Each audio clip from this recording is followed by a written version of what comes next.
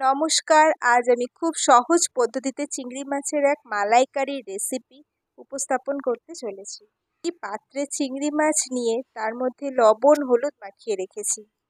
এরপর গ্যাসে কড়া বসিয়ে তার মধ্যে সর্ষের তেল দিয়ে দিলাম। আমি এখানে রান্নাটা সর্ষের তেল দিয়েই করব। তেল গরম হয়ে গেছে এখন। এরপর গরম তেলে চিংড়ি মাছগুলো দিয়ে হালকা করে ভেজে নেব। চিংড়ি মাছ খুব বেশি ভাজার প্রয়োজন নেই। চিংড়ি মাছের রং পরিবর্তন হয়ে গেলে বুঝে নিতে হবে চিংড়ি মাছগুলো ভাজা হয়ে গেছে। চিংড়ি মাছগুলো ভাজা হয়ে গেছে আমার। এবার আমি এগুলোকে একটা পাত্রে তুলে নেব। চিংড়ি মাছ ভাজা তেলটা আমি ফেলে দিইনি।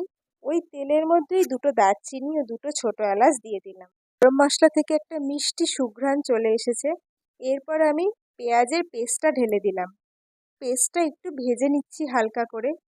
এরপর পেঁয়াজের পেস্টের মধ্যেই আদা, রসুন এবং কাঁচা লঙ্কার একটা পেস্ট তৈরি করে রেখেছিলাম, সেটা এবার দিয়ে দিলাম। এখন স্বাদ মতো কড়ায় লবণ দিয়ে দিলাম। এরপর আবার ভালো করে কষতে লাগলাম। যতক্ষণ না মশলা থেকে তেল ছাড়ছে ততক্ষণ মশলাটা কষতে থাকলাম। এখন একটা মিক্সিং জার নিয়ে নিয়েছি। এর মধ্যে এখন মৌরি, টক দই ও কটা আমন্ড আর একটু কালো সর্ষে দিয়ে একটা মিহি পেস্ট বানিয়ে নিলাম। আমার মশলা কষা হয়ে গেছে। এরপর কড়ায় দই দিয়ে বানানো পেস্টটা দিয়ে দিলাম। দইয়ের মিশ্রণটি দেওয়ার পর অনবরত মশলাটি নাড়তে থাকলাম যাতে নিচে ধরে না যায়। মশলাটা খুবই গুরুত্বপূর্ণ। এটা দিলে খাবারের স্বাদ একটি অন্য মাত্রা এনে দেয়।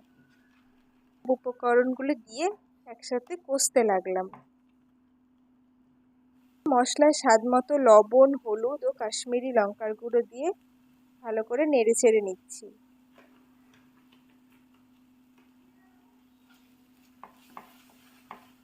মশলায় আগে থেকে তৈরি করা নারকেলের দুধ দিয়ে দিলাম। নারকেলের দুধের সাথে মশলাটা ভালো করে মিশিয়ে একটা গ্রেভি তৈরি করে নিচ্ছি।